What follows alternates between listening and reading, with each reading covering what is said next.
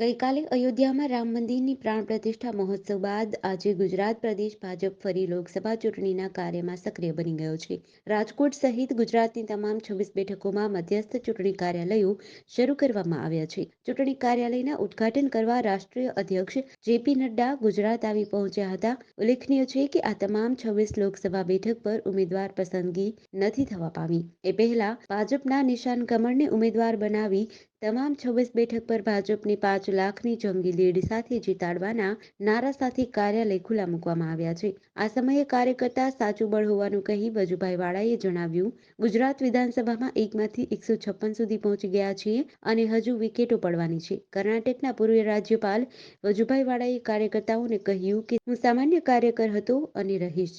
1967માં ચિમનભાઈ શુક્લ એકમાત્ર ધારાસભ્ય હતા. લોકસભામાં માત્ર 2 સાંસદ સભ્ય હતા. આજે ગુજરાત વિધાનસભામાં આપણે 1માંથી 156 પહોંચી ચૂક્યા છીએ અને હજુ કેટલીક વિકેટો ખડવાની છે. કોંગ્રેસના મૂળિયા ઉખેડી દેવાના છીએ. દેશમાં ભાજપના સૌપ્રથમ લોકસભા સીટના ઉમેદવારની જાહેરાત કરવામાં આવી છે. ભાજપના રાષ્ટ્રીય અધ્યક્ષ જેપી નડ્ડાએ દેશના પ્રથમ ઉમેદવાર તરીકે કેન્દ્રીય ગૃહમંત્રી અમિત શાહના નામ પર મહોર મારી છે.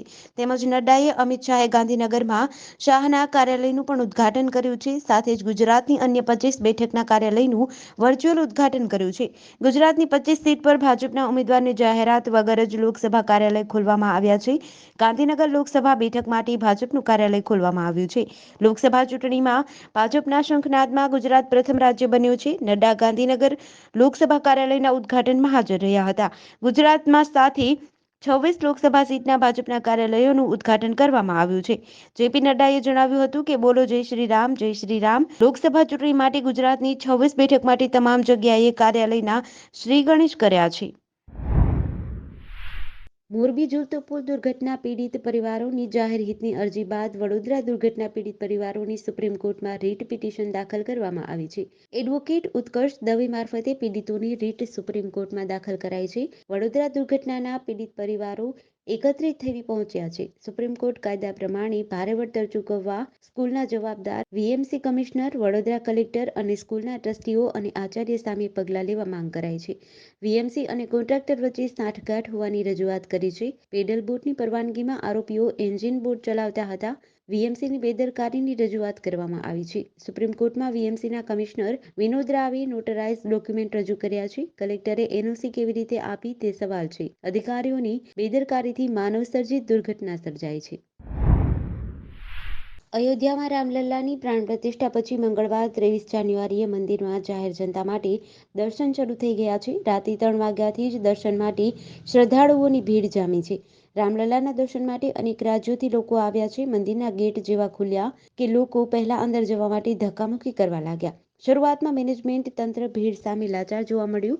ભીડને નિયંત્રિત કરવા માટે રેપિડ એક્શન ફોર્સે મોરચો સંભાળ્યો. હવે દર્શનાર્થીઓને નાના ગ્રુપમાં મોકલવામાં આવી રહ્યા છે. ત્યાં જ વડાપ્રધાન મોદીએ આજે સવારે પોતાના સોશિયલ મીડિયા એકાઉન્ટ પર પ્રાણ પ્રતિષ્ઠાનો વિડીયો શેર કર્યો. પીએમએ લખ્યું, આપણે ગઈકાલે 22 જાન્યુઆરીએ અયોધ્યામાં જે જોયું તે આવનાર અનેક વર્ષો સુધી યાદગાર રહેશે.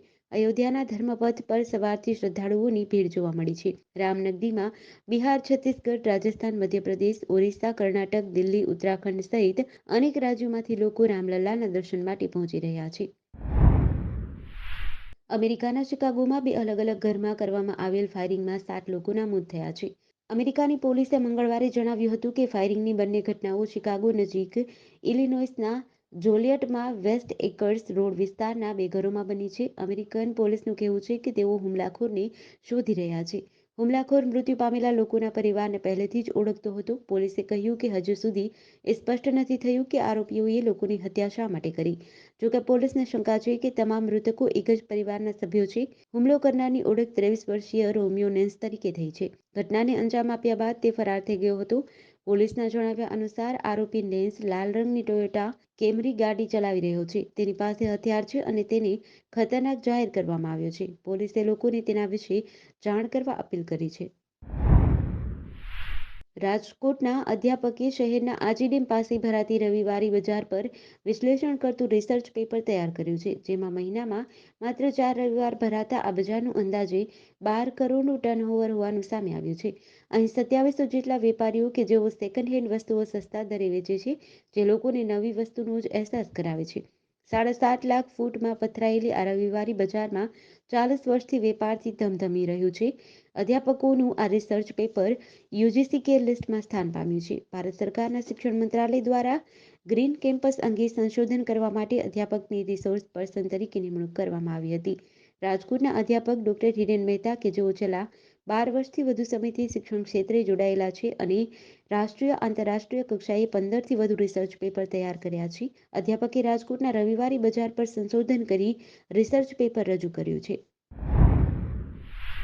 સોમવારે રાત્રે 11:30 વાગ્યે ચીન કિર્ગિસ્તાન બોર્ડર પર 7.2ની તીવ્રતાનો ભૂકંપ આવ્યો હતો. દક્ષિણ શિનજિયાંગમાં ભૂકંપનું કેન્દ્ર જમીનથી 22 કિમી નીચે હતું. ન્યૂઝ એજન્સી રોયટર્સના જણાવ્યા અનુસાર ભૂકંપમાં ઘણી ઇમારતો ધરાશયી થઈ છે અને ઘણા લોકો ઘાયલ થયા છે. ચીનના ગ્લોબલ ટાઇમ્સ અનુસાર ભૂકંપના કારણે 120 મકાનો સંપૂર્ણ ધરાશાયી થયા હતા. ભૂકંપ બાદ 40 આફ્ટરશોક્સ પણ નોંધાયા છે. ભૂકંપની સૌથી વધુ અસર ઉરુમકી, કોરલા, કાશગર, યિનિંગમાં અનુભવાઈ હતી. ચીનના શિનજિયાંગ રેલવે વિભાગનું કહેવું છે કે તેમને 27 ટ્રેનોનું સંચાલન અટકાવવું પડ્યું છે. વિવિધ સ્થળોએ ફસાયેલા લોકોને બચાવવા માટે બચાવકર્મીઓની ટીમો રવાના કરવામાં આવી છે. ચીનમાં આવેલા ભૂકંપની અસર ભારતમાં પણ જોવા મળી હતી. દિલ્હી એનસીઆરમાં લાંબા સમય સુધી લોકોએ ભૂકંપના આંચકા અનુભવ્યા હતા. શ્યોપુર જિલ્લાના કુનુ નેશનલ પાર્કમાંથી વધુ એક સારા સમાચાર મળ્યા છે. માદા ચિત્તા જ્વાલાએ સોમવારે 3 બચ્ચાને જન્મ આપ્યો છે. કેન્દ્રીય વન મંત્રી ભૂપેન્દ્રસિંહે આજે સવારે 8 વાગ્યે પોતાના એક્સ હેન્ડલ પર પોસ્ટ કરીને આ માહિતી આપી છે.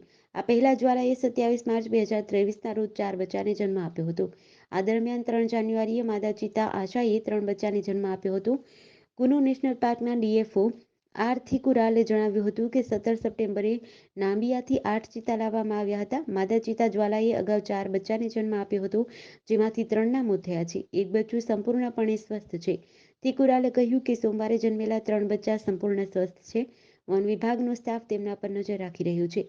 મંત્રી ભૂપેન્દ્ર યાદવે સોશિયલ મીડિયા પર લખ્યું કે નામિબિયન ચિત્તા આશાએ તેના બચ્ચાને જન્મ આપ્યાના થોડા અઠવાડિયા પછી જ આ બીજા સારા સમાચાર આવ્યા છે. શ્રી રામલલ્લા પ્રાણ પ્રતિષ્ઠા પ્રસંગે સોમવારે હરિયાણાના ભિવાનીમાં રામલીલા દરમિયાન મંચ પર હનુમાનનું પાત્ર ભજવતા કલાકાર શ્રીરામના ચરણોમાં મૃત્યુ પામ્યો હતો. અભિનય કરતી વખતે તે કલાકારે બાળક ચરણોમાં અંતિમ શ્વાસ લીધા, જેણે શ્રીરામનું પાત્ર ભજવ્યું હતું. બધાએ પહેલા તો તેનો અભિનય માનીને તાળીઓ પાડી, પરંતુ જ્યારે થોડા સમય સુધી તેના શરીરમાં કોઈ હલનચલન ન થયું ત્યારે લોકોએ તેની નાડી તપાસી. બાદમાં તેને તરત જ ડોક્ટર પાસે લઈ ગયા, જ્યાં ડોક્ટરે તેને મૃત જાહેર કર્યો. મૃત્યુ પામેલા કલાકારનું નામ હરીશ મહેતા છે. તે 25 વર્ષથી રામલીલામાં હનુમાનજીનું પાત્ર ભજવી રહ્યો હતો. હરિયાણાના ભિવાનીમાં જવાહર ચોક ખાતે આ કાર્યક્રમ ચાલી રહ્યો હતો. હરીશ મહેતા વીજળી વિભાગમાંથી જેઈ પદે નિવૃત્ત હતા. કાર્યક્રમના આયોજકોએ જણાવ્યું કે રામલીલા દરમિયાન તેઓ શ્રીરામના ચરણોમાં પડી ગયા હતા, પરંતુ ઊભા ન થઈ શક્યા. સુરતના રાંદેરમાં ગતરોજ રામ મહોત્સવના દિવસે એક 16 વર્ષીય કિશોરીએ આત્મહત્યા કરી છે. દીકરીના માતા-પિતા સહિતનો પરિવાર ભગવાન રામની શોભાયાત્રા જોવા ગયા હતા. પરિવાર પરત ફર્યો ત્યારે દરવાજો ખખડાવ્યો, પરંતુ દીકરીએ દરવાજો ન ખોલ્યો.